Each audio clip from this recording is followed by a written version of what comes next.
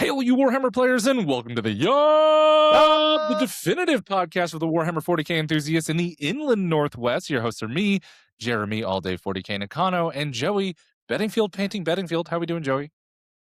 I'm doing pretty well. That's awesome to hear. You can find me on TikTok at allday40k or Joey on Instagram at Beddingfield Painting. Alternatively, if you feel like sponsoring us financially, you can always find us on Patreon at yet another Warhammer podcast. $5 a month, you can help us not only keep the lights on, but also do more for you. So we'll see you there if you feel like it.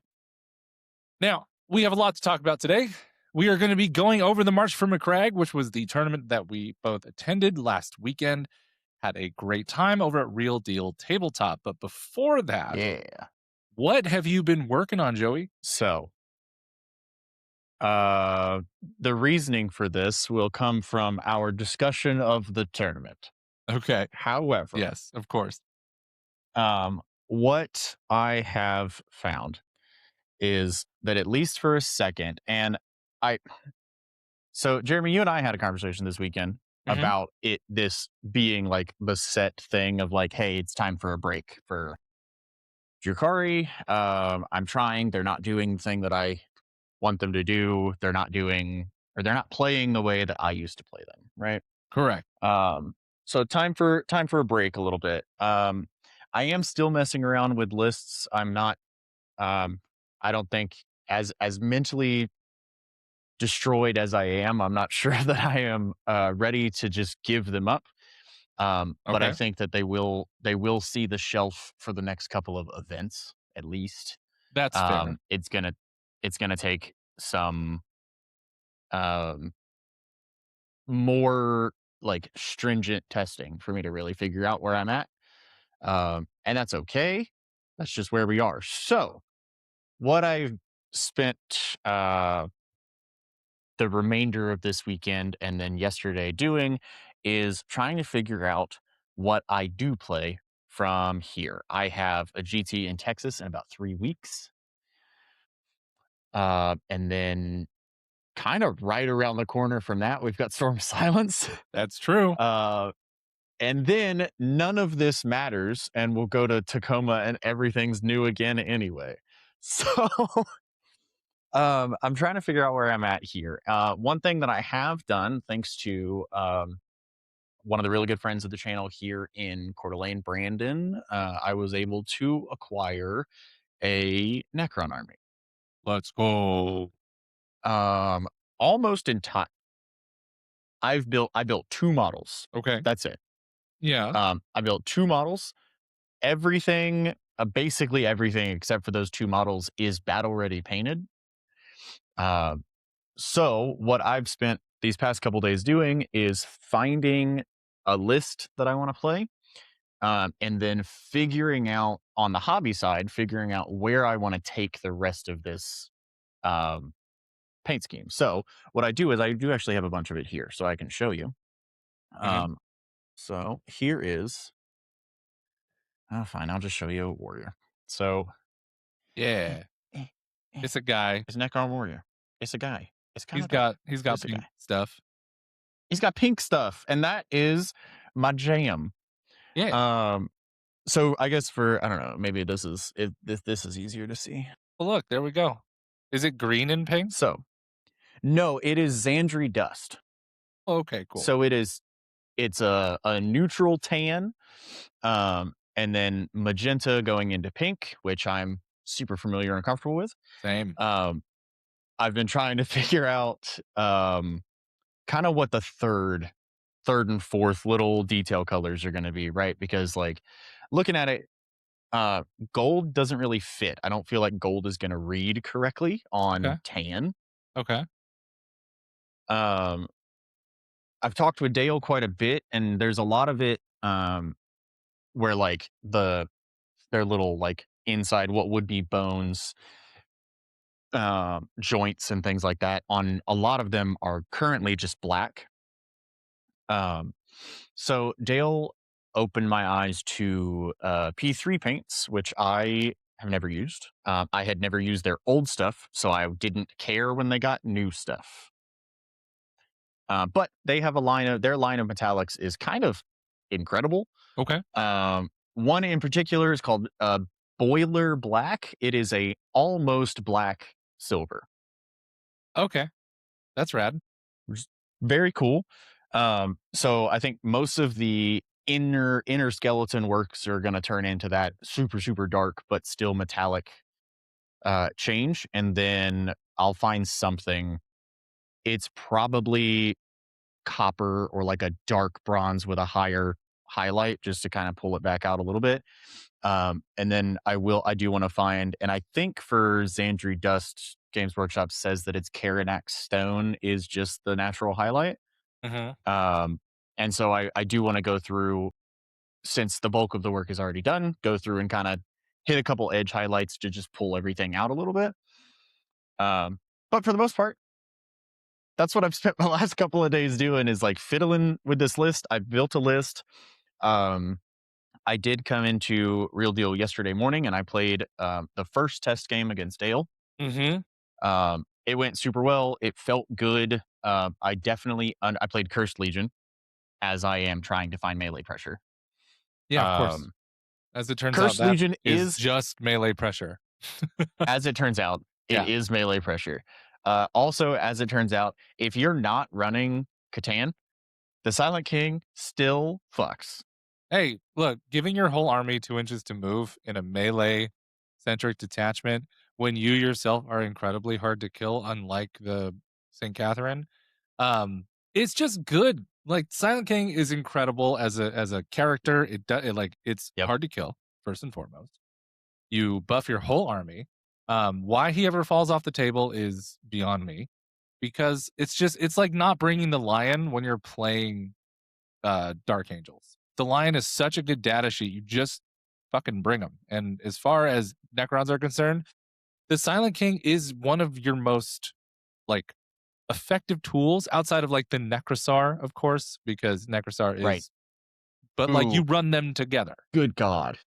It's just they're two incredible data sheets, Yeah. and really like you should always have this. In my opinion, Silent King should be prioritized unless you're doing like a Pantheon build or something. Right. Yeah, he's incredible. Obviously, I've played a ton against Necrons. This is one of my first. I've played them before, but one of my first actual like playing them. Definitely, obviously, since all the new stuff came out. Um, Necosaur is incredible. He's so good. It really is. Um, we've talked about him being good. We've talked about um, like Chansey's experience against him in Portland and all that kind of stuff. What we haven't talked about. Did you know he's infantry? It's nuts. He's Yeah, so I good. mean he's Um, effectively a Primarch from like the yeah, fact that he brings a bunch of rules and auras. He doesn't bring, the rule of 3 with him, which is fine, but he does bring like he's a humongous buff piece, that he's gigantic as a model and can run through walls. And it's just a really cool thing. Like he's an incredibly like diverse piece. So like yeah, Necrosar and and yeah, importantly that he gets the Silent King buffs because he's infantry and not a monster. also that. Like there's so much working for him. I stood him and the Silent King next to each other and just had reroll ones to hit and wound, sustained hits for as long as I wanted to, and then one turn I go movement and we run away. Yeah. And So it's nuts. It felt great. I did run the Cryptek surfboard Cryptek Wraith brick. Was super not impressed by them. I think outside of like Awakened Dynasty and Canicut Court and stuff, in places that they're not hitting on threes or better, they feel a lot worse. Um, so I went home and spent some time talking to my co-captain, who's one of the best Necron players in the country, and I picked his brain about it a bit, and he kind of shared the same sentiment of like, "Yep, I tried it, wasn't impressed." And I was like, "Yeah, I was thinking about doing the Lichguard Translocation Overlord," and he said, "Yep, that's what I ran. Feels a lot better." I was like, "Cool, easy change." So yeah, it's a cool army. It's full of invulns. Less so in the Curse Legion with some of those units, yeah, but they're tough. They do things. They do tons of damage. So really excited to see you enjoy playing something that isn't going to get immediately nerfed into the sun. But hey, Right. 11th edition is right around the corner. It Um, is. let's see. I have been just painting still, working on the remaining units in the list that I took to the last GT, Mhm. which I started up on my Blade Guard this week. And Yeah. really happy with how they're turning out because my paint scheme is now super locked in for what I consider to be my current best paint scheme with like just little changes and updates. I'm probably going to stick with this one for some time Yeah. and work on a bunch of like little baby freehands all over the place. I'm going to start freehanding on chainswords, um, and as well as like I'm thinking about doing like an Aquila um, on all the vehicles, just some Mm. non-metallic Yeah. metal, gold Aquila somewhere on Right. each of them. Just find something to hit. Yeah. And then because of, you know, competing for paint reasons, I've also ordered a sack, a bucket, you could say, of uh muzzle A flashes. bushel even. A Oh. bushel of muzzle flashes. So Oh. my whole army is going to have muzzle flashes and little flame and smoke trails for Yeah. the jetpack units. And then I'm just going to use that to meet the conversion side of things. And then also to meet all of the the OSL for ever to make it very noticeable on like it just needs a little on the gun barrels to Mhm. really make it pop. So it's for me. I think that's like the cheat code to getting by on these rubrics that like demand conversions. So Right. because Yeah. it's really honestly, I have like a hard time showing a decent conversion on most Space Marine bodies because like number one, I love how they look already. And number two, Yeah. what like, oh yeah, I added some extra purity seals. Cool, that it's converted. Like no one Right. notices that. No one counts that as like a real conversion. So this at least Right. will Which throw and something that on there. is I had a conversation with Dale yesterday before we started playing our game of that I am of the strong, potentially unpopular opinion that a conversion and a kit bash are two different things. I believe that, yes. Kit Bash, yeah, you're right. Um, Because like, I mean, they're one and the so same, but all like they can both be the same thing, right. but They can be the same thing together, but when you're looking at if you're saying I am looking for conversions and all you have is kit bashes, I say you didn't do it, right? And okay, that's the that's a harder weird line. it it's tough, right? Because if you say, look at my Space Marines, I put different helmets on all of them, so I'm converted. Are My you? question is, so like, let's say I put a bunch of like what Mark II helmets on all my Space Marines. How is that a better sign of you being a painter than painting faces? No, and see, I don't think it is. That's what I'm saying. I think that that's a kit bash, Yeah. So which is not what any of these rubrics are looking for. nope. It was always fun and fascinating. Yeah. So I think conversions are a very different animal, but conversions often, I would say most of the time, involve kit bashes. Yes. It's like a right. Every tissue, every Kleenex is a tissue. Not every tissue is a Kleenex, right? Yeah. So Makes sense to me. Anyway, that's my plan to get around stuff just so that I could say, yes, it's taking the extra step. Plus, it's like a mhm, really easy way to just like make your army jump off the table. So, yeah, and I think it'll help a lot too for that little. It's little things of like you brought up the OSL stuff, and your army does have it has a ton of it. I know yeah, that I see it all the time. yeah, Um, but some people, especially for like the salamander stuff, if they're not 100% sure what they're looking for, hmm and they're not picking things up and inspecting them, which I believe that they should be doing if they're judging. But if they're not, if they're judging from a table distance, uh, it might be hard for slightly less trained people to notice the difference between your orange armor and the orange OSL from fire. right, So while present doesn't mean everybody's going to see it. exactly. So, just make it stand out is my plan. But That's that. So, And that's why I do shit like pink and bright ass green. right. So, Yeah, I do. I make sure that all my guns never are always set up at this stage to take OSL really well. Um, mhm.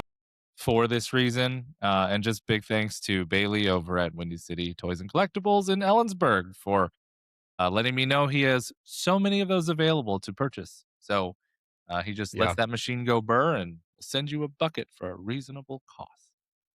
love Um, it. yeah. All right. So before we move on to the new stuff from Games Workshop, let's talk about Baron of Dice. Your army hits hard, your Yes. dice should too. Baron of Dice brings style and clarity to every roll, custom designs, crisp symbols, and zero confusion when it actually matters. No more squinting at cocked dice or debating what counts, just clean rolls that look as good as your army. Because if you're going to spike a roll, you might as well do it with dice that feel legendary. Roll bold, roll clean. Baron of Dice, because average dice are for average moments. Boom. All right. So, Thank you, Baron of Dice. We love you. we do. We really do. We have all of your dice. Joey, tell us about the new stuff from Games Workshop and Boy, what's will going I. on. Boy, will I. Okay, here we are. Okay, new stuff. I'm so excited about this stuff. Pretty cool. So we saw this article on the 23rd, which was yesterday, as at time of recording. So Monday, the 23rd. Eye of Terror, new rules for Defilers, Mutilators, Kervek Morn, and that is the new Iron Warriors Thor. named character, which is a conversation we had this weekend about CSM needing named characters for legions. They really This is should. step one. Yeah. This is step one. We're doing it. Okay.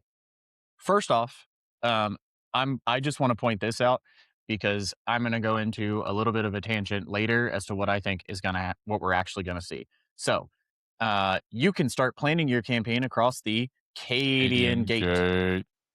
The Cadian Gate, which, for those of you who may not know, is just the in-universe name of the hole that used to be Acadia. Yeah. Just some dust. Just some dust in the wind, if you will. In Which the warp. It is, all we are. All we are is dust.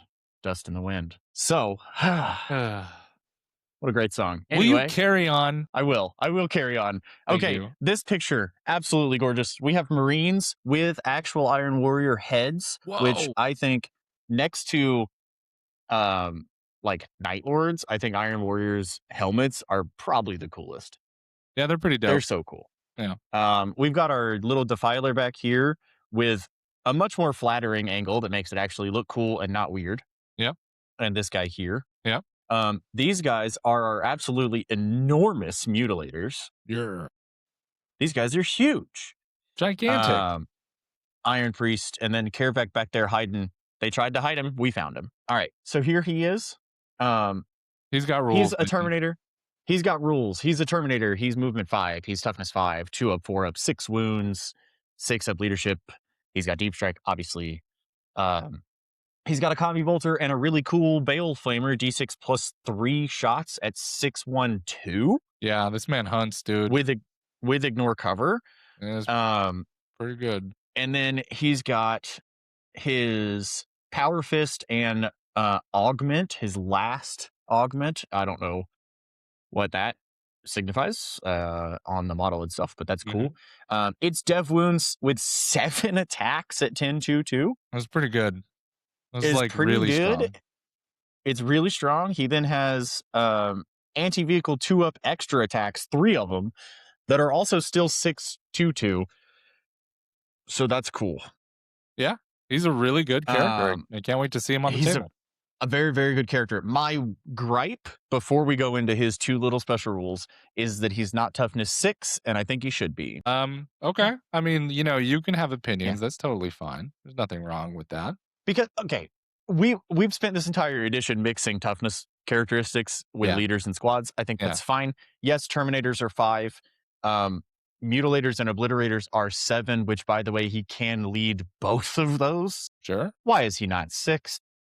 It's I mean, hey, it's a fair enough question, but he's in a Terminator shell, so he's 5. Yeah, And he's he's in a not Terminator he's shell, so not he's blessed by 5. Nurgle, so he's not 6. He's not. That is true. He's not blessed by any of them. So, every time a model in his unit makes an attack against the closest eligible unit, they get +1 AP. Very good. So good, because So it's that just attack. It's not melee, it's not shooting, it's attack. it's attack, Yep. which is huge for being that he can lead Terminators, Mutilators, and Obliterators. He's so incredibly flexible. It also means that to me looks like a Strength 6 AP2 Flamer, It is, indeed. It's very which is good. quite good. And then he has an ability which honestly I hate these style of abilities, but they're good sometimes. Architect Ruin, start of the battle, you select a unit in your opponent's army that becomes the hated foe. Every time this model makes an attack that targets the hated foe, he can reroll his wounds. When he kills it, you make a new one. Okay. It's Cool. fine. It's fine. It's fine. It's cute. It's just that I hate these kinds of rules because they don't actually affect the game. Right. But he's awesome. Yes. It's very cool. Obviously, we don't know his points. Hopefully, he's as playable as his rules are. The big thing that I will point out is that if he leads Obliterators, then once per game, he can shoot his Flamer indirect, Which is nice. which was super fine and fair when Thousand Suns could do that, right? Yeah, totally fine. It was so fine and fair that they took it away from purgation squads. Exactly. Yeah. So here it is again. Anyway. Hey, it's once per game, though. It's not something that you It could is. abuse. It is once per game. Yeah. It is once per game. Okay, these fucking guys. Mutilators. And we've gushed about these models on a previous episode. They're very cool models. I love them. They're very cool models. Yeah, I love them. Very similar to Obliterators in stat line.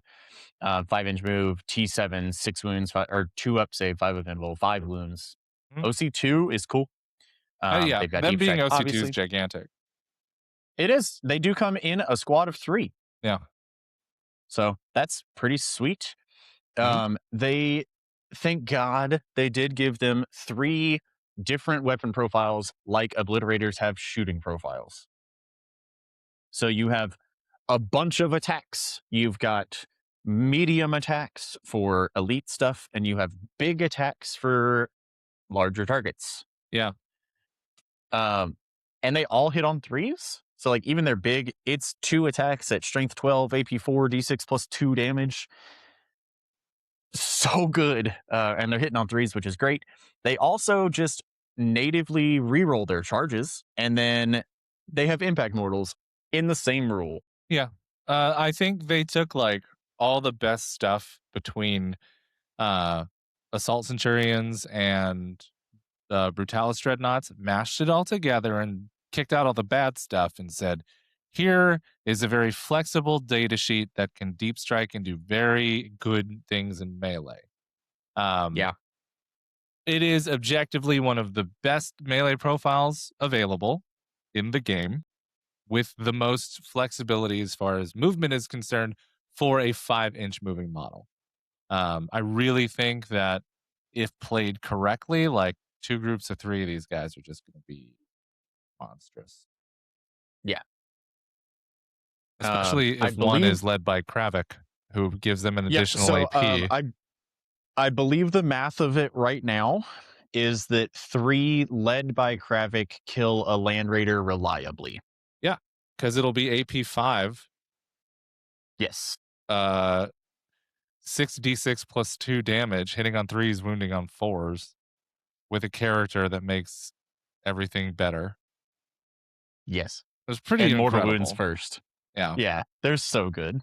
This is a very cool data sheet. Plus, and they're also 2 up saves. Yeah. Like, I mean, come on. Like they're just they're also on a 2 up, 5 up, and T7. Like, beefy boys. Yeah, is great data sheet. Really, really excited to have CSM have like other cool stuff. Maybe Wyatt will stop playing tanks. That'd be dope. Maybe. They're also keywords. They are demon and not damned, which means that they will not be excluded from any of the good strats in various detachments. Yep, they're going to be even better. Hell, in Renegade Fantastic. Raiders, they don't even need Kravik. They They just don't, unless you want to say, hey, it's AP6 just yeah, for fun. don't even bother Armor of Contempting Loser. Mm-mm. What All else we right. got, Joey? So next is the Defiler, and this thing Fucks. is disgusting Yeah, it's so good. unless it's, I don't know, 230 points, and then it's still pretty good.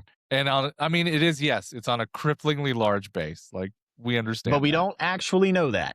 It's likely going to be on a just gigantic base. Likely. If More it than is not likely, on a it's on gigantic 100. base, this is a problem. More than likely, it's on a 160. I will lose my fucking mind if it's on a 130. God. That's the case. Like, what are we Anywho, doing? enjoying the last 2 months of this edition, I guess. I don't know. Yeah, we are officially ratcheting up into everything is the nuclear option.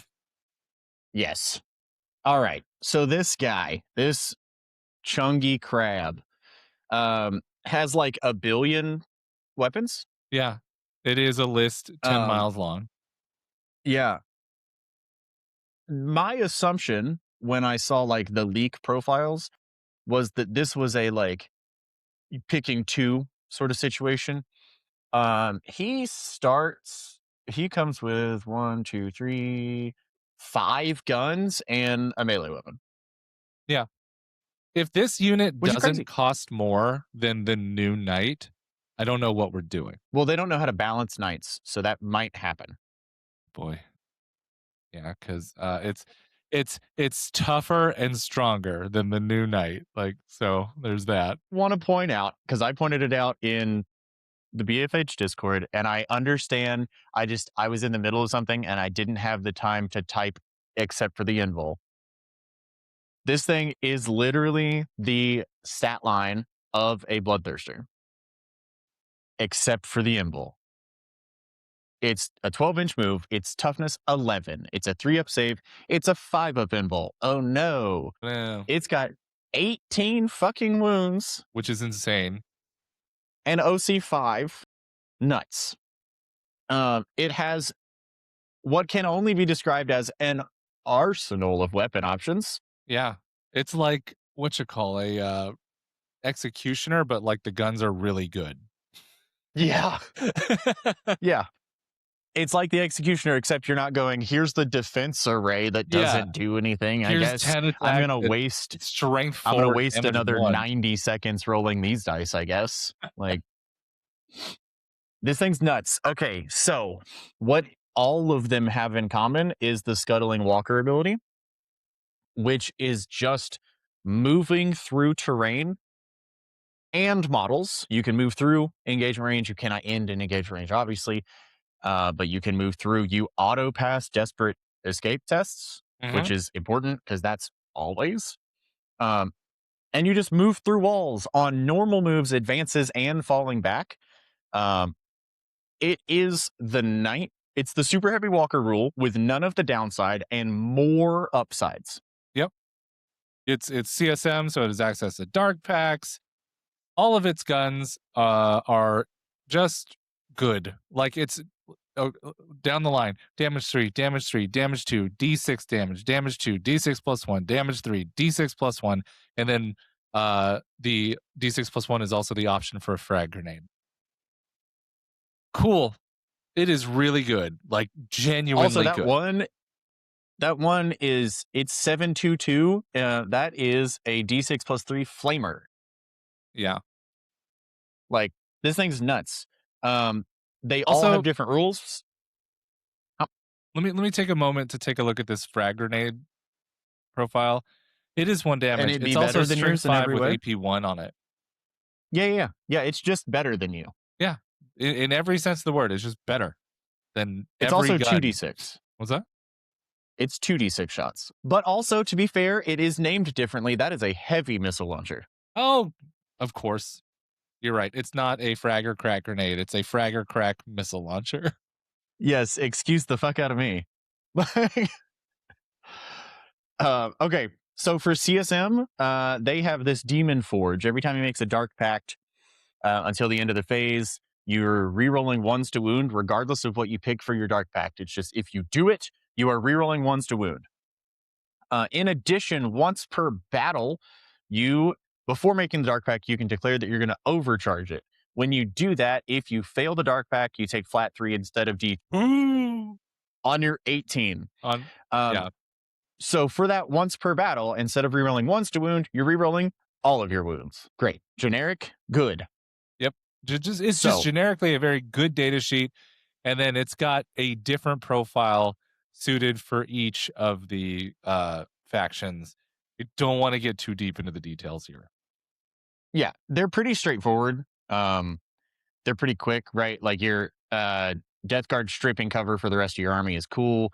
Emperor's Children, it's similar to the Mauler Fiend. It gets +1 to hit if it's shooting something that isn't below half strength, or attacking something rather. The T-Suns, Overwatches on 5s. Sometimes it Overwatches on 4s. You can go read that for yourself. The World Leaders one is the one that's nuts. If a unit is set up on the battlefield within 12, you get to shoot at them, or you get to charge them. It's insane. For freezies. That's just fucking crazy. Like every World Eaters army is going to have one of these. 100%. It's amazing. Okay. That's our CSM stuff. Today, we got Knights and AdMech. Yep. The lady with the donk has got rules. Lady with the donk. She has a rule identical to Belisarius' Call, where she can move through walls as if she were a Primarch, but she is not, because they didn't want to give her the Belisarius' Call keyword. So they gave her a new rule. Makes sense. Yeah. A Belisarius' Call keyword would be stupid, so here we are. Hey, she's good. She's I don't know.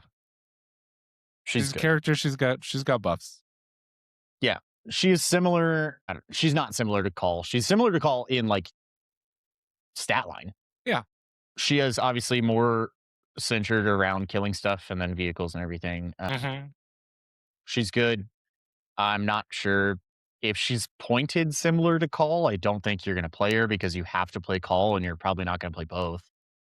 I have a feeling she's a very accessory kind of character. Something that people are going to play just because they painted her up and she's awesome. I don't think she finds her place until next edition because I can't imagine that she is priced even remotely well. No, God, no. She is Cult Mechanicus, which is cool. That detachment becomes ever slightly more playable. Hashatari, for me, were super disappointing. Yeah, there's not a lot here, is there? There's not a lot here. The heavy guys are what I thought they were. They're las cannons. Yeah. Cool. So you've got 4 infantry dudes with las cannons. Yeah. You got some. So you have a Devastator Marine unit with a worse ballistic skill. That will probably be more expensive. Correct. For the same price. But hey, you do ignore cover. All right, moving on. Yeah. I'm super not impressed with them. I'm also not impressed with this fucking idiot. Hey, do you want a Sarasis Knight that's a little smaller? Are you interested in both a Lancer and an Atropos combined and shrunken down? Well, you should check out the Knight Destrier. Yeah. It's cool. Have you thought to yourself, you know what? I don't want to play 3 big knights. I want to get rid of one of them, but I don't want war dogs. Yeah. Now you can take 2 of these guys, I guess.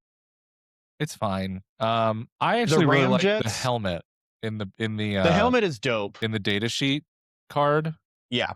Yeah. It's very, cool. very like Dark Souls. Yeah. The Ramjets is quite possibly the dumbest rule to hit 10th edition. Add D3 to the move characteristic every time you make a normal or advanced move. Why don't you just give it movement in its fucking profile? I mean, it moves 12. Why are you making me... So does a big knight. Yeah. But this why are you making me roll a dice for 13. no reason? Right. Well, why don't you just make it movement 14 and we can skip all the dice rolling bullshit? And he's just faster because he is. This is dumb. Because this is the addition of rerolls. Yeah. No, it's the addition of less rerolls that then has become rerolls. But look how flexible he is with Thunder Charge. He gets to add two to the attack characteristics of his very impressive melee suite of weapons. Yes, that is cool. Yeah, that's awesome. And also, realistically, he strips cover, or he ignores cover. He does strip which is cover. Great. He's toughness 10, so you get your index war dogs back. Yep. He's 18 wounds, so he's a greater demon. Congratulations. Like, don't get me wrong, it's good. Yeah. I think that it will see play because I'm expecting it to be pointed in a way that you could drop, I don't know what they're fucking called, a paladin, whatever they're playing nowadays. Sure. That you could drop one and get effectively two of these guys, which gives you an extra body, which Imperial Knights do desperately need outside of War Dogs.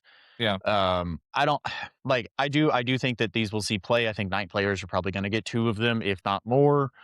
They will see tables. I don't think it fixes a single thing wrong with Knights. No, it was the wrong solution to the Knight problem. Knights have plenty of cool Knights that they could pick from. They have War Dogs, they have Big Knights, and an array of Big Knights to choose from.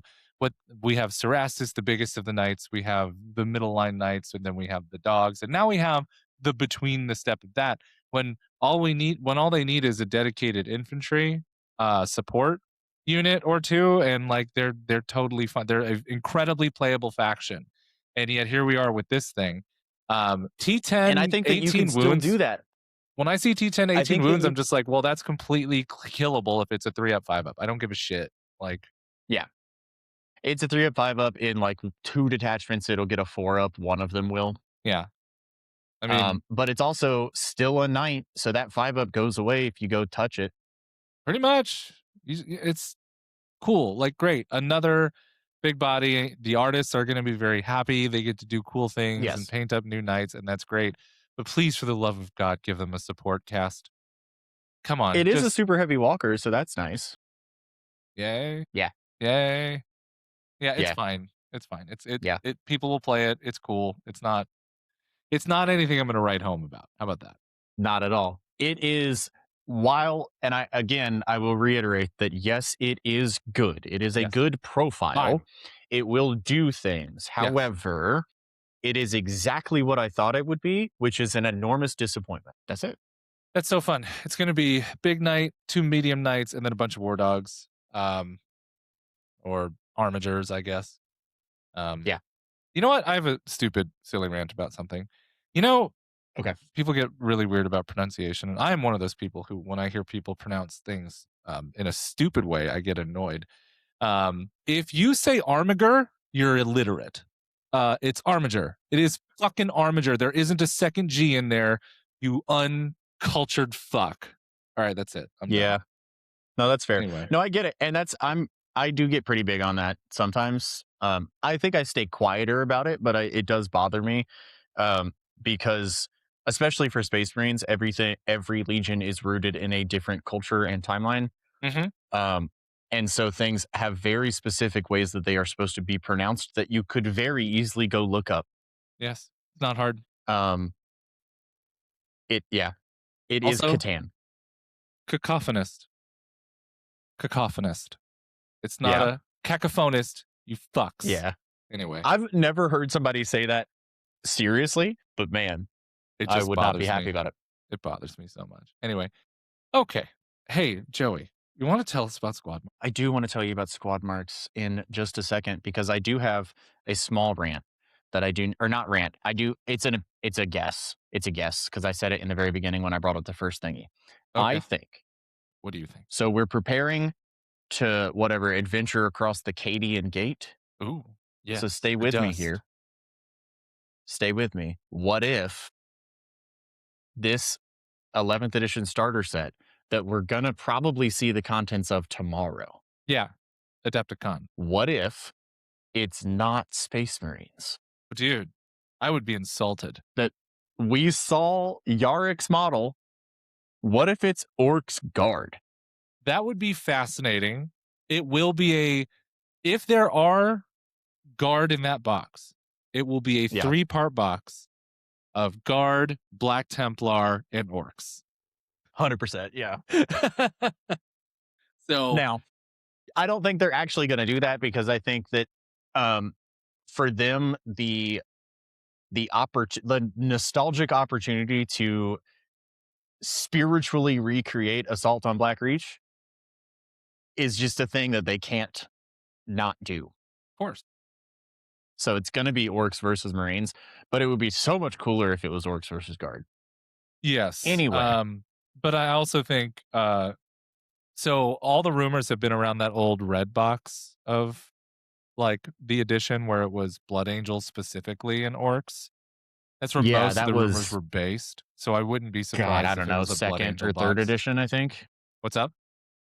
I said that was like second or third edition or something. Yeah, yeah. And so that's where most of the rumors have been milling around, which is fine. And obviously, Marines can be anything. And the biggest rumor that I believe is confirmed is the fact that we're getting new Vanguard vets. Um, Right. I wouldn't be at all surprised if it was a Blood Angel focused box. Yep. It could be. I'm not against it, so we'll see. Can't wait. We'll see. 11th edition is Um, coming. 11th edition is coming. I'm excited that they are giving us that preview show at Adepticon opening instead of Yeah, the halfway last through day it. or whatever. So we get to see all of this, or we get at least the 40K announcements tomorrow. So that'll be cool. Super exciting. Um, very, very, very exciting. So let's talk about Squadmarks, huh? Yeah. So, you ever mixed up your squads mid game and pretended that it was part of the plan?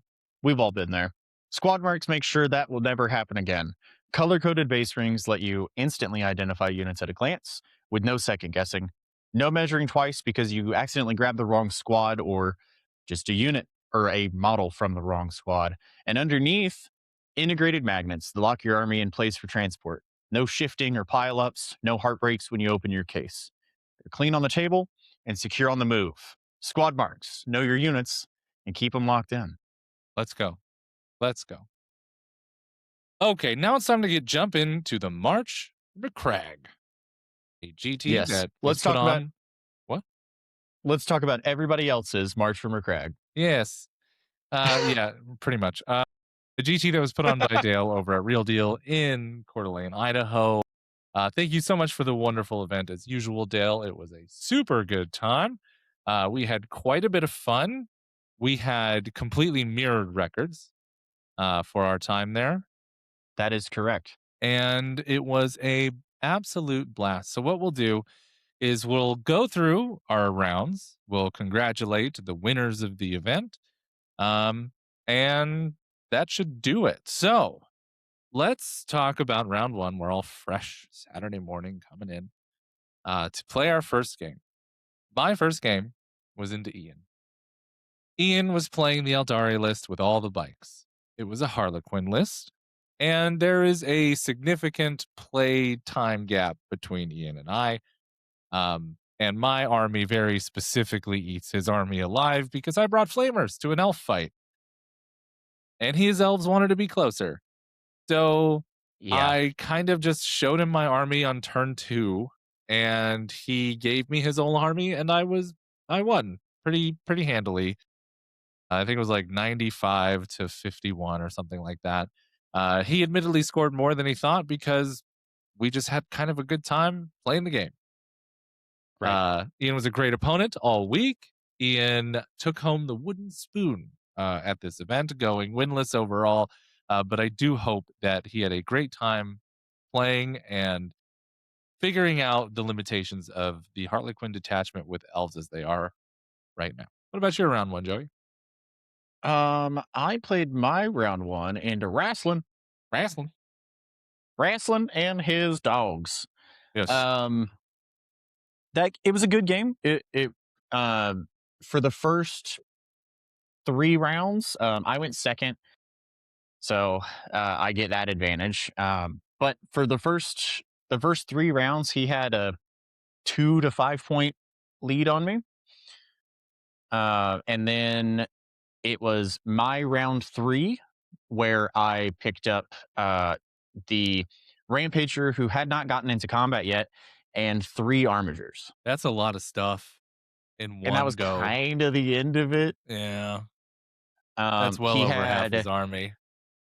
yeah, he had the at that point, he had the Desecrator and I think 2 Armigers left. That'll do it. So Um, he stuck it out. He played his 4, and then I tabled him on my 4, and we scored out 5.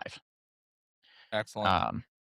But still, he did a great job. And we talked about it for a while. I don't think that he necessarily made any like glaring mistakes. I think he could have played more aggressive with his Rampager, but that doesn't ultimately change the outcome of the game.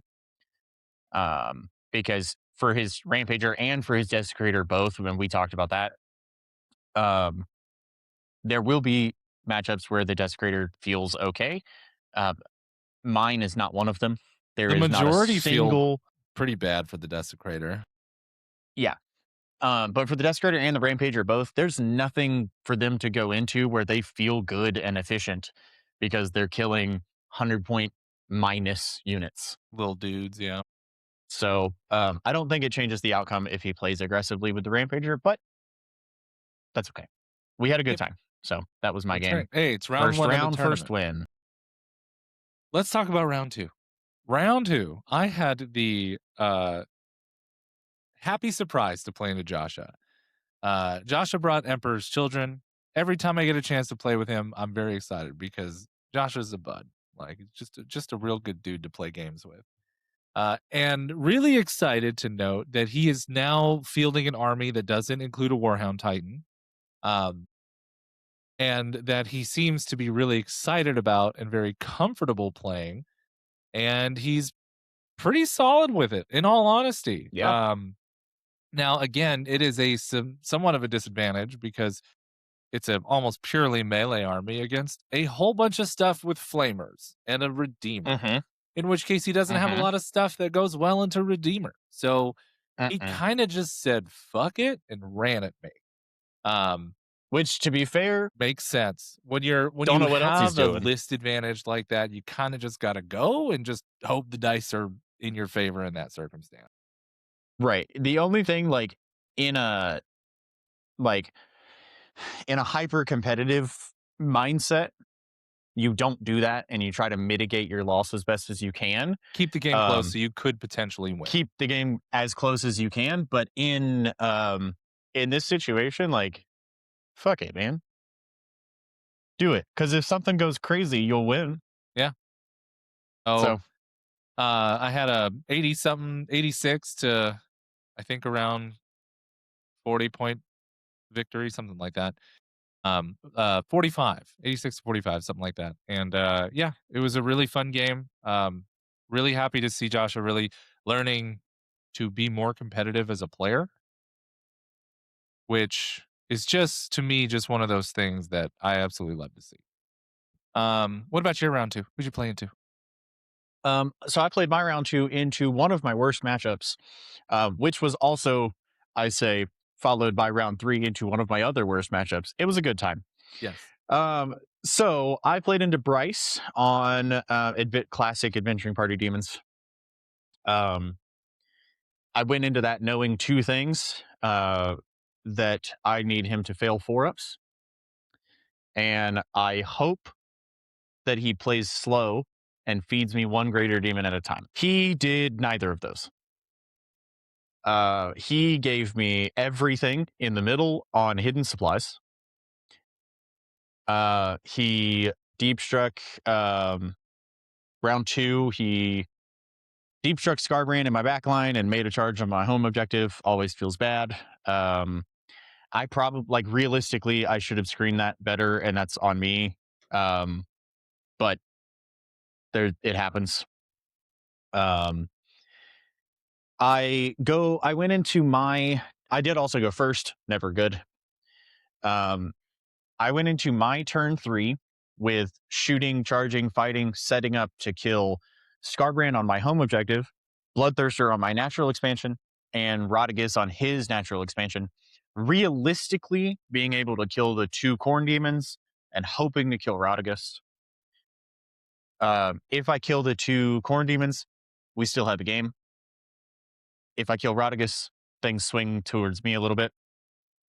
Instead, I chose to do none of that. And so I found out that needing him to, if the outcomes of, if he fails 4 ups I win, if he passes 4 ups I lose, there is a secret third option, which is I don't wound him and he doesn't have to take saves. Oh, you know, when you don't wound, you just lose. Um, Yeah. and that's what happened. Yeah, you got a loss. So, Got a Bryce is a loss. So very as good soon player, as number as soon 1, as but yes, sometimes he things is. are what they are. Yep. And as soon as that happened, it was like, okay. Um, like as soon as my turn was over, it was like, well, uh, pretty much done from here. So let's just see what other cards you draw. Yeah. Yeah. So It's all right. Bryce did very well overall at the tournament. yes. Um, Going into round 3, I played into Jeremy Lambert. So we had a Jeremy mirror match, um, which is always fun. Jeremy has gotten significantly better at the game. We played a fairly sweaty round 3. I only won 86-81. Oof. He's playing Star Shatter, triple DDA. He had a Triarch, um, Hmm. rates, and I ignored the rates all game until the very, very end of the game. I'm like, here, I'm just going to lock you up with like 4 characters. Have fun. Um, and then ignoring the race all game, I killed everything else for the most part. It was fairly tight, but I was able to kind of hold on to the victory in a slower win. Salamander at Forgefather just kind of kill stuff. It is just so much damage that it can pump out. So I was very happy with this win overall, considering how much better he's gotten. There was one moment early in the game where I was like, "Oh no," where I gave a DDA 11 shots from Vindicators that he lived because he made 8 of 11 saves, and I rolled like 1-3-1 on damage. Tough. Yeah. It was a little stressful there because my whole army was out there. Um, but the way I played this list most of the weekend was like just shove Vindicators into the middle of the board and be like, "Come on, come get me." Vindicators being as tough as they are, smoke, AOC, you know, they tend to live. Um, so they did okay. Killed most of the stuff. We were for the most part almost both tabled by the end of the game, which is a new style of Marines for me to play, where I'm like actually legitimately running out of units as time goes Hmm. on, which feels really fun and interesting. But uh, super fun game, and can't wait to play against Jeremy again because I'm sure that he'll only get better as he refines his skills with Necrons. Yeah. Cool. I played round 3 also into Joshua, Yes, which was fantastic. you It guys was a had a great really game. fun time. We had a great time. I honestly, I think that was probably the most fun game that I had this weekend. Um, I did get beat very handedly. Um, turns out that melee pressure on marine bodies with advance and charge is better than on elf bodies without it. Yep, makes sense. But Joshua asked me very early on, and by very early on, I mean his turn 1. Um, he started moving his first unit, and he said, "I don't know what I need to do. Um, do I need to be? Should I be aggressive? Like, do I need to play this aggressive?" And I said, "Yeah." I was yes, honestly, yes. If you want a chance at winning, um, play aggressively, because if you give me 1 or 2 things at a time, you will lose.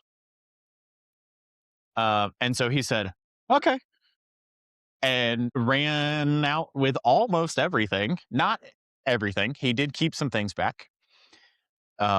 He screened out his deployment zone. He waited in a couple of places. But the main thing was that I had 2 demon princes and 6 flawless blades in my deployment zone. Chop, chop, chop.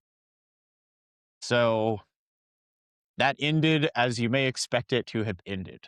But Yeah, we had a fantastic time getting there. It was hilarious. We had a lot of fun, and that's what matters. absolutely. All right, going into game 4, we're feeling fresh. We had Vietnamese food the night before. Everything was It was good. It was delicious. actually very fascinating. This was the most subdued I've ever seen an event on the second day. Like, usually Yeah. people are pretty excited, but everyone was quiet and tired, um, which felt a little crazy. Like lunch was silent. It was so Yeah. fascinating. Um, but we go into round 4 and I get to play into Bryce. So this was one of the matchups that I had built this list to deal with. Um, and on turn 1, I go first. I'm like, okay, and it's hold 1, hold 2, hold 3. Uh, so I'm already at a disadvantage having to go first, which I'm like, okay, I know that Bryce likes to play aggressively. So I said, okay. I threw my Land Raider onto my natural, guarded by Blade Guard, with the Forge Father hanging out, able to do stuff as needed. And then I threw a Vindicator into the middle, supported by a Flamer unit for the OC. Mhm. He sends both Bloodthirsters straight at me. I'm like, yes. He charges the Blade Guard. Everything that we expect to happen happens. He kills 4 of them. He goes into my Vindicator, absolutely destroys my Vindicator. Totally fine with that. That was the plan. Then at the top of turn 2, I kill both Bloodthirsters, or Bloodthirster and Scarbrand, dead off the board, gone from the table without even having to think about it. It was so easy because I do so many mortal wounds that it doesn't matter. Don't care about demon saves in general. Um, So I'm like, okay, I think I have this game. I just have to be careful from here on out.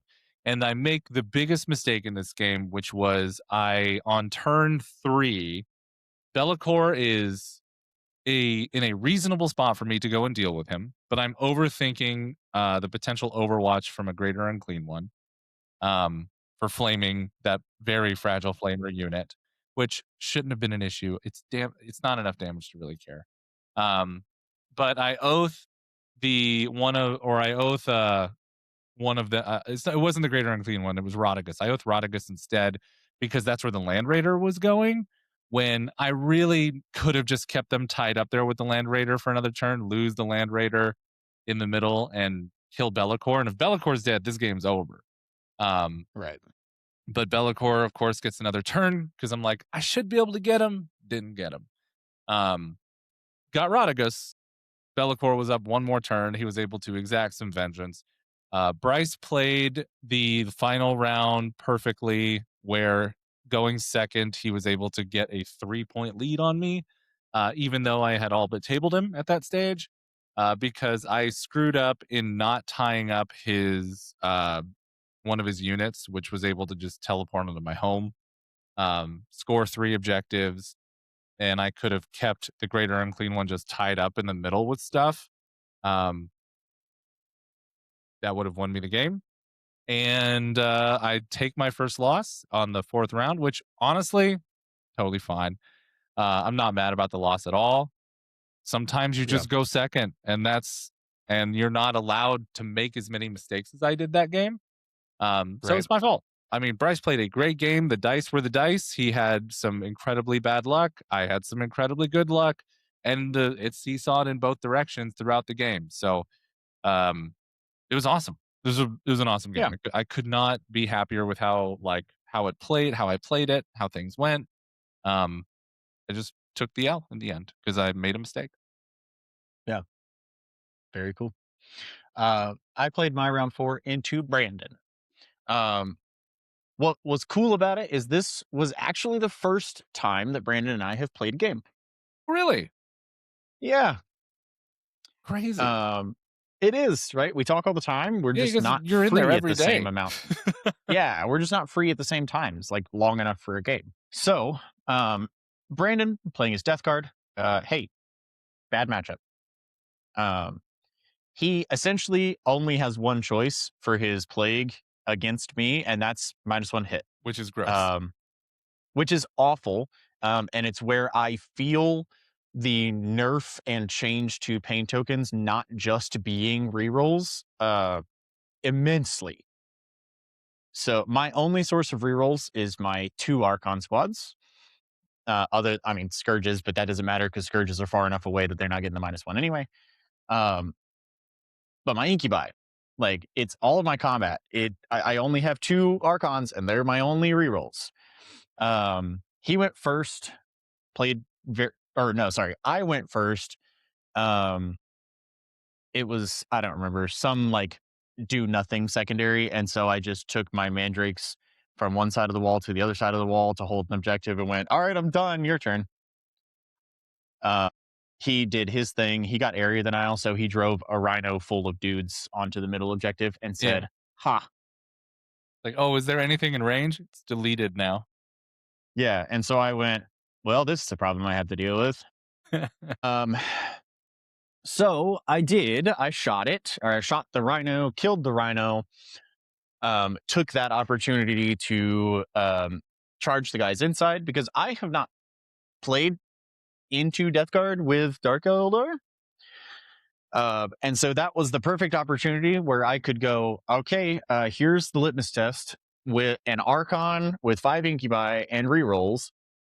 Thank God, rerolls. How many Plague Marines do I kill when they're battle shocked and can't get strats? Okay. How many do they kill? It's only 6. Uh, and then it turns out that 4 Plague Marines and 2 characters do kill 5 Incubi. Surprise. Surprise, surprise. Yeah. It is not a good game. It feels real bad. It was a good game. We had a great time. Of course, Brandon it's was a Brandon. great You opponent. can't have a bad game with Brandon. To his credit, I was keeping score and he was just trying. He just had the Warhammer app open, trying to make sure that he was doing the right things, and that's great. But that also meant that he had no idea where we Oh. and he was handedly winning the whole time. And he was so nervous. Oh. And I'm just like watching and watching my things die and watching him like roll to hit and then roll to wound and like do that thing that we all do where you're like, okay, I've hit this many times, and then I'm going to roll to wound, and I'm strength 4, and you look up and you wait for your opponent to tell you that you're wounding on 4s or 3s or whatever. And I just go literally every time. He's like, Threes. okay, strength 4. I'm like, 2s. Twos. Because he makes me toughness 2. Well, that's right. And so it's just the whole time. He's like, okay, wounding on 3s? Nope, 2s. 2s. 2s again. That thing over there, also 2s. As it By the turns out. way, it's 2s. God, so rough. So incredibly rough. The highlight was Typhus effectively scoring 13 victory points in one activation, which also included killing 3 units in one activation. Good boy, Typhus. Good old boy Typhus. He deep struck Typhus alone into my deployment zone for behind enemy lines. And then he had no prisoners, and he brain bulleted my Ravager with 2 wounds left, killed it. It exploded. So that's 1. It killed my unit of 3 remaining Cabalite warriors. It killed my unit of Reaver jet bikes that also only had 3 wounds. That's done. He did it. That's no prisoners. That also took me off of that objective, which is 5 points of primary. What a turn. It ultimately came down to Typhus did 15 more with the explosion included. He did 15 mortal wounds to my army, and I rolled a 2 and killed 1 Plague Marine. I ended my turn scoring as much as I could. I scored 68 points, and I said, okay, that is the end of my turn 5. I have 68 points, and I am done scoring. It's your turn. At this point, I didn't realize that he wasn't keeping score. Oh, okay. Because at this point, him going second, it was already 68 to 80. So I scored. I said, I'm done scoring. Let's just see what cards you draw. And it was basically all he had to do was kill my Kronos on the middle objective, and No it was problem. like that was enough to score both secondaries and would get him 15 primary. And so I spent the whole time like on the verge of losing my patience because I didn't realize that he wasn't tracking the score. Oh, gotcha. Because he was like moving units and like trying to do this. I'm like, Brandon, all you need to do is kill this thing. And he would like go to do something like, Brandon, all you need to do is kill this thing. And he shot it, and then it was done. Like he shot it, he killed it. I'm like, great, we're done. You did it. We're good. And he was like, oh, well, I need to charge there. I'm like, no, you don't. You really don't. You're done. You did it. And he was like, oh, okay, cool. And like I looked at it and like, okay, um, this is the score that I'm looking at. I'm looking at 68 to 100. Does that sound right to you? And he was like, what? What? And that's when I realized that I was the only one keeping score. I love Brandon.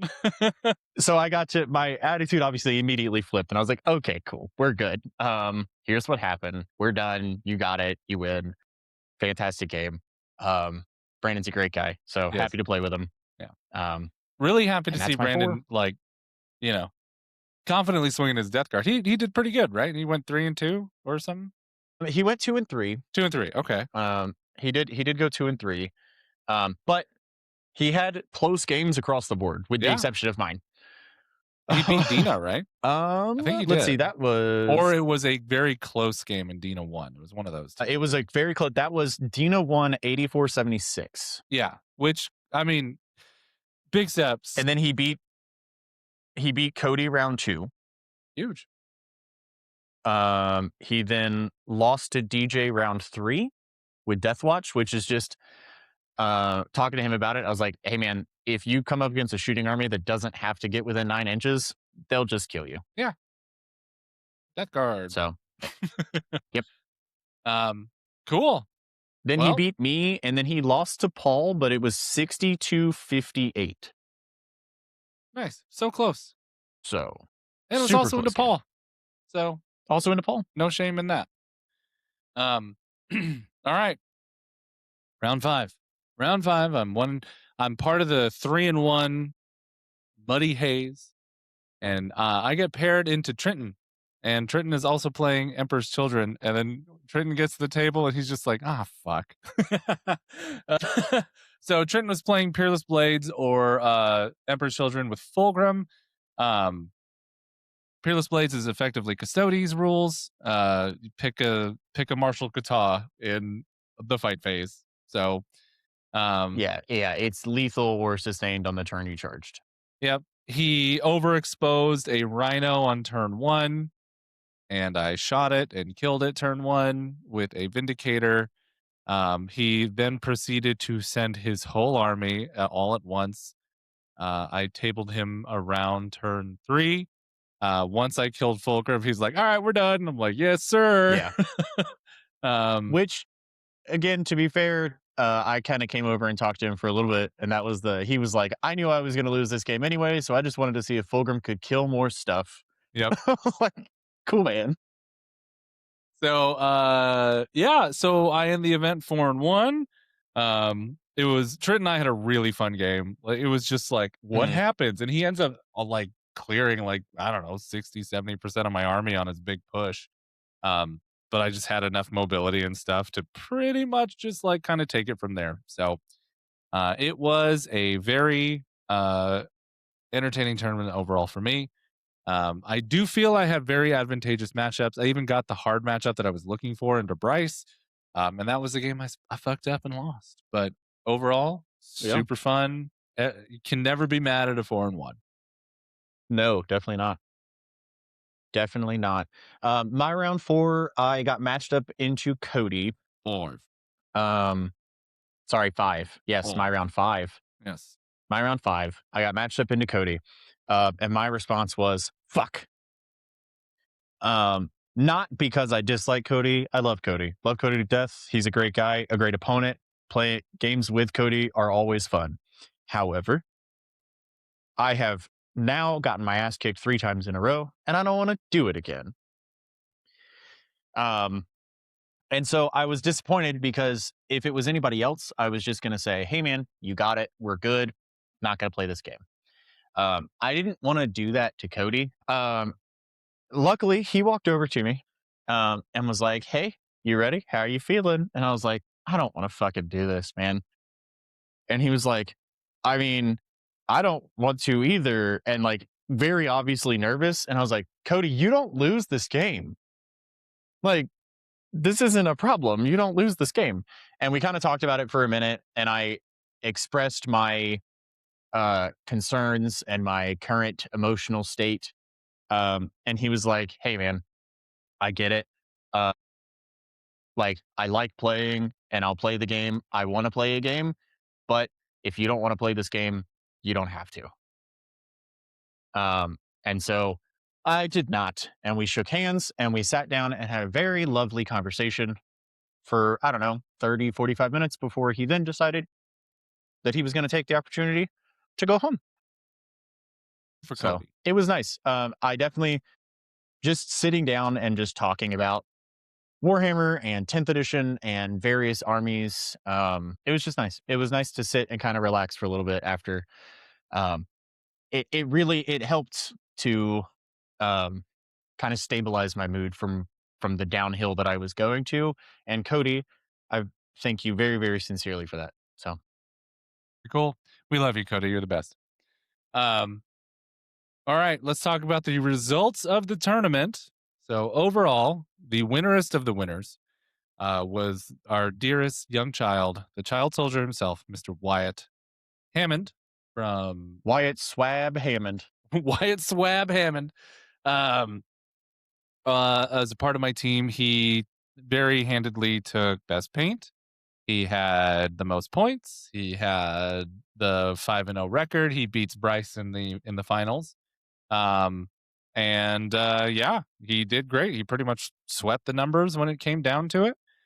Really good job taking that list that he's refined pretty much over the entirety of the edition and just crushing with it as per usual because CSM has never stopped being very good. And there's just a lot of mouth breathers playing that faction. So That's it.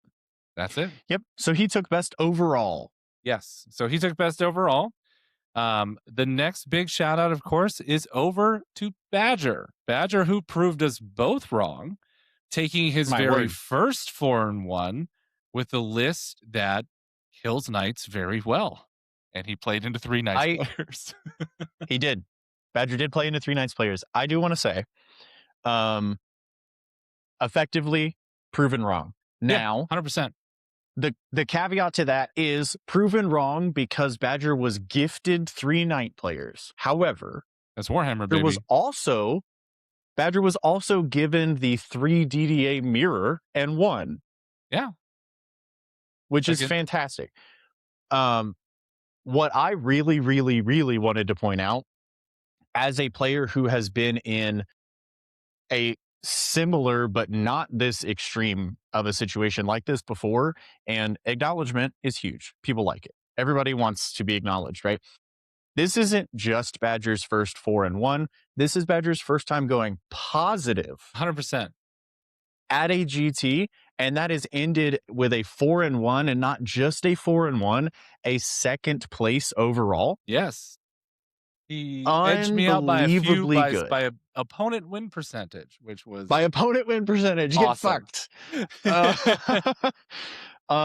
Badger did a phenomenal job. Had a great weekend. I could not be more excited for Badger and being able to not just get that achievement, but get so much more than that achievement in one go. That's huge. Yeah. So Badger takes home best general. Badger, just so that everybody is aware, Badger's been playing this game for a year. Like started painting his first models a year ago, and they've progressed to a considerable margin in both competitively and painting, and they're only hungrier for more. So congratulations, Badger. That was awesome. Really well done. And then I took home best painted. Hey! All the hard work that I put into, I feel vindicated by it. I win best painted because Wyatt had already won best overall. And then, of course, Dale being awesome, printed us trophies. We all got something like this. I got the Black Templar axe because it's awesome. And Badger wanted the furry axe, the Space Wolf axe. And Wyatt took the CSM one because he's playing CSM. So, That's right. Wyatt, just working on his arsenal. He has a small hammer, a big hammer, and now an axe. We're gonna have to start printing swords and like bolt pistols so that he can get those. yeah. And after seeing that printed out like charm or whatever, the reliquary Yeah, yeah. thing, um, I honestly think like that is a really cool award because you can like Those are hang those sweet. really easily. Yeah. Well, and you could go into your little 3D print program and you can inlay like the name of the event, Yeah, and like it's super easy and it would yeah, look cool. yeah. Those are great. Hey, I love this little. One day I'm gonna paint it, but I got a lot of stuff to do before the next Hey, event. I still have my bolt pistol from a year and a half ago Jingle Bombs. It's not painted. But yeah, I'm just gonna go to like Hobby Lobby and get some like cheap sprays, and then do some Yeah, refined work with some brushes, and that should do right. it. I'm gonna do um, some weathering with a house brush. Like yeah, not like just make it look cool enough. It's gonna sit on a wall for its entire yeah. life, so like that's Yep. fine. Can tell you now, Sam's not a big fan. She's like, "That's staying in your office forever." I'm like, "Uh huh." That's probably never going anywhere else. I wouldn't dream of putting it on That's a fine. wall in the living room. I think an office is a perfectly acceptable place for that. Yes. Yes, absolutely. So, and then let me just take a quick moment here. We give Yeah, go Wyatt a ahead. lot of Have shit on this your podcast. proud dad moment. We give Wyatt a lot of shit on this podcast.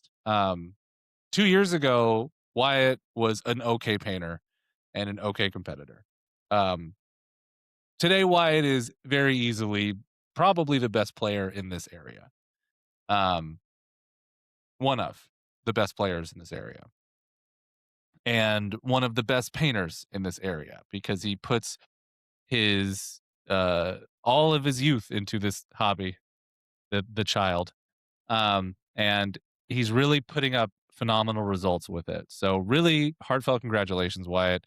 You absolutely crushed this entire tournament and you deserve it. For the amount of work that you put into this game. So really well done, dude. All right. That was the March for Macragge. But before we head off to our respective evenings, I would like to take a moment to celebrate our friendly local gaming stores. Bob, over at the Gamers Haven in Spokane, Washington, was the cornerstone of Warhammer in the Pacific Northwest. He and his store have been around forever. And if you're ever here, you should go check it out. It is awesome. If you can find yourself at the Storm of Silence coming up in May, please come to that. It is a golden ticket event. It is not full yet. I believe it have or three golden tickets. Yeah, happens on Memorial Day this year in May. Um, It does. Sign up, hang out. It is an awesome time. Come check us out there. Joey, would you like to Yeah. take us to the real deal? I'll take you to the real deal tabletop here in Coeur d'Alene, Idaho.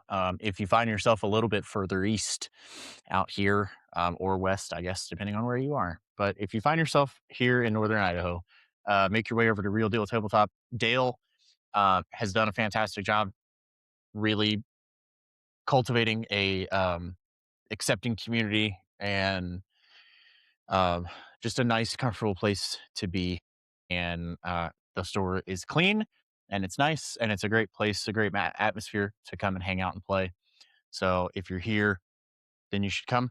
And then he's done so much more than he needs to in support of us here on the channel. So we really appreciate him for everything that he has done and continues to do. Northern Idaho is known for a lot of negative stuff. Real Deal puts a bright and shiny spot of positivity in that region. So go to Real Deal. Absolutely. And finally, we've already thanked him once, but I'm going to thank him again. Thank you, Bailey Strom from Windy City Toys and Collectibles in Ellensburg, Washington. If you're driving from coast to inland or inland to coast, make a stop in Ellensburg and go check out the store. Awesome. Bailey's the best. Thank you, Bailey, always for everything. Now, we would very much like to thank you for joining us this week. Patreon members in particular, we appreciate you for helping us take this to a more sustainable level as we continue to try to bring more content to you. That is yet another Warhammer podcast on the Patreon. It was where you can find us. We welcome your questions, your suggestions, your comments, and topic requests. But until then, we'll see you the next time at the Yop. We'll see you around.